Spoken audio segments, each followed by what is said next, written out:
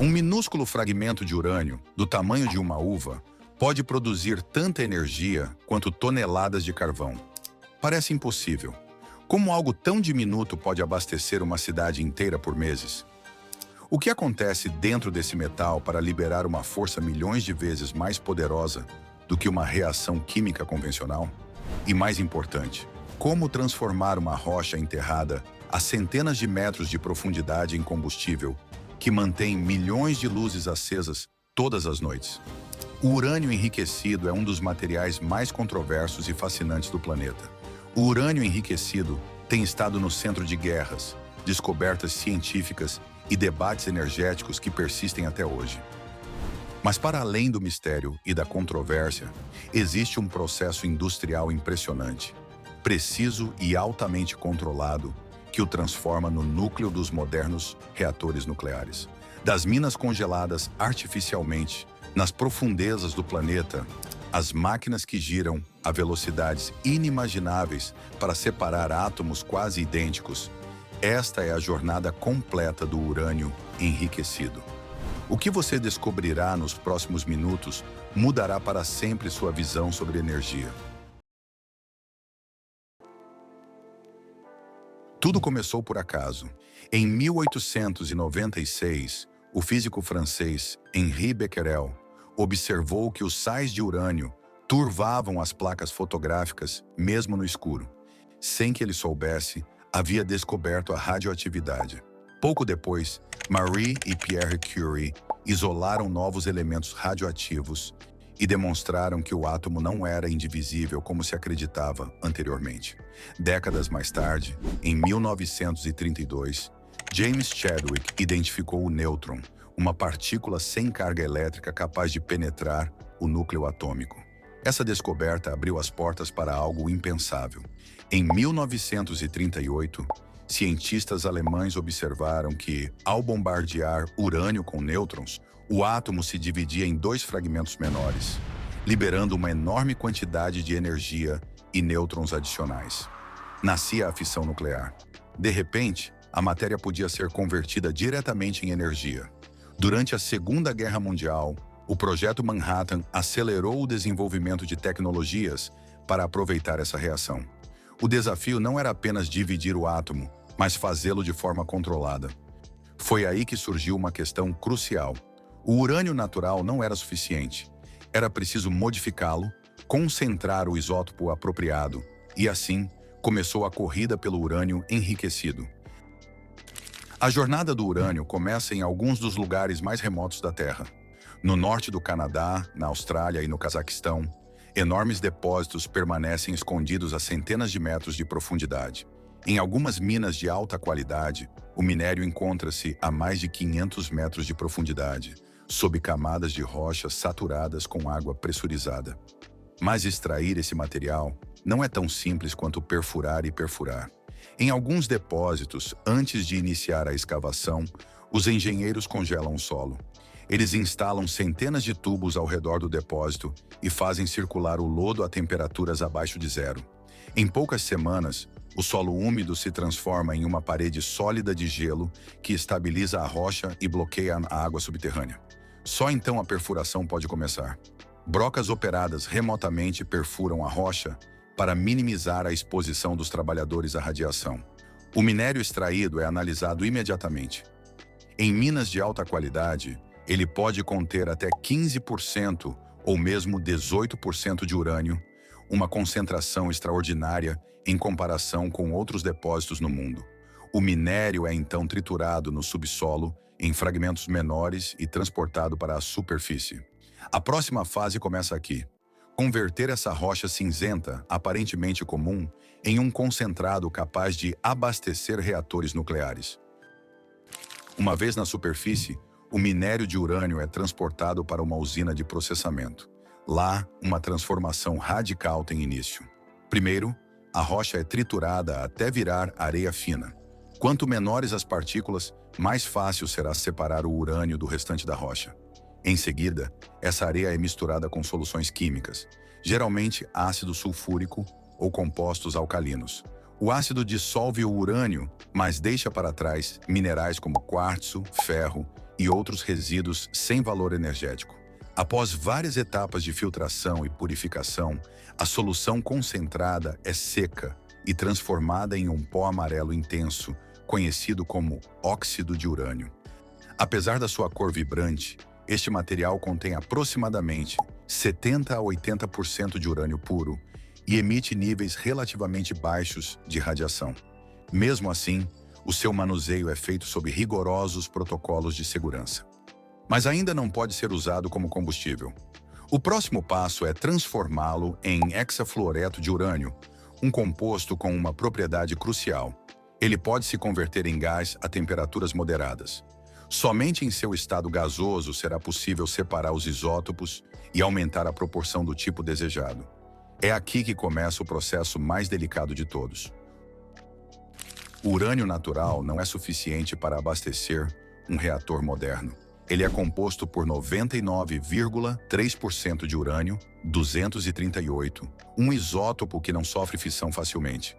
Apenas 0,7% corresponde ao urânio-235, o isótopo capaz de sustentar uma reação em cadeia controlada. Para que um reator opere de forma estável, essa proporção deve aumentar para aproximadamente 3 a 5%. O desafio é enorme. Os dois isótopos são quimicamente idênticos, sendo a única diferença real a sua massa, e essa diferença é mínima. Para separá-los, o concentrado de urânio é primeiro transformado em hexafluoreto de urânio, um composto que pode se converter em gás a aproximadamente 56 graus Celsius. Em seu estado gasoso, o material é introduzido em centrífugas de alta velocidade. Cada centrífuga é um cilindro de metal que gira a mais de 50 mil rotações por minuto em uma câmara de vácuo. Nessa velocidade extrema, a força centrífuga empurra as moléculas mais pesadas em direção às paredes externas, enquanto as ligeiramente mais leves tendem a se concentrar mais perto do centro. O urânio-238, mais pesado, move-se para fora, enquanto o urânio-235, apenas um pouco mais leve, se acumula na zona central. A diferença é tão pequena que uma única centrifugação mal altera a concentração. É por isso que centenas ou mesmo milhares delas são conectadas em estruturas chamadas de cascatas. Cada etapa aumenta ligeiramente a porcentagem de urânio-235 até atingir o nível necessário para uso civil. Essas instalações operam sob rigorosas medidas de segurança. Um pequeno desequilíbrio de apenas alguns miligramas pode danificar uma centrífuga girando em velocidades supersônicas. Sensores monitoram vibrações, temperaturas e pressões em tempo real. Ao final do processo, o urânio enriquecido contém a proporção precisa necessária para produzir energia de forma controlada, mas ainda precisa ser convertido em algo sólido e funcional. Uma vez enriquecido, o hexafluoreto de urânio deve ser transformado novamente em material sólido. Através de processos químicos controlados, ele é convertido em dióxido de urânio, um pó preto extremamente fino que formará a base do combustível nuclear. Este pó é seco, filtrado e misturado cuidadosamente para garantir uma textura homogênea. Em seguida, passa por prensas industriais que aplicam várias toneladas de pressão para moldá-lo em pequenos grânulos cilíndricos do tamanho de uma moeda. Cada um pesa apenas alguns gramas, mas contém uma densidade energética extraordinária. Após a prensagem, os grânulos são colocados em fornos especiais a temperaturas próximas de 1000 graus Celsius por várias horas. O calor elimina os poros microscópicos e aumenta sua densidade, criando uma estrutura cerâmica extremamente resistente, capaz de suportar as condições extremas dentro do reator. Cada grânulo é inspecionado com precisão milimétrica. Os raios Shears detectam quaisquer fissuras internas. Sensores a laser verificam as dimensões exatas e análises químicas confirmam que a composição está correta. Em seguida, os grânulos são inseridos em longos tubos feitos de liga de zircônio, um metal resistente ao calor e à corrosão que permite a passagem de nêutrons sem serem absorvidos. As barras de combustível resultantes são seladas por soldagem automatizada e montadas em conjuntos de combustível com vários metros de comprimento. Surpreendentemente, um único pellet pode gerar tanta energia quanto centenas de quilos de carvão, e centenas desses pellets trabalham juntos dentro de cada reator. Quando os conjuntos de combustível chegam à usina nuclear, são cuidadosamente colocados dentro do núcleo do reator.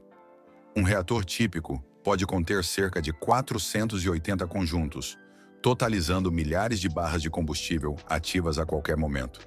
É aqui que ocorre o fenômeno revolucionário, a fissão nuclear. Quando um nêutron atinge o núcleo de um átomo de urânio 235, ele se divide em dois fragmentos menores. Nesse processo, libera uma enorme quantidade de calor e vários outros nêutrons que atingem átomos próximos, gerando assim uma reação em cadeia controlada. A palavra-chave é controle. Para evitar que a reação acelere perigosamente, o reator utiliza barras de controle feitas de materiais como ródio ou cádmio, que podem absorver nêutrons. A inserção ou remoção dessas barras permite regular a intensidade da reação com grande precisão. O calor produzido não causa uma explosão. Em vez disso, é usado para ferver a água sob alta pressão.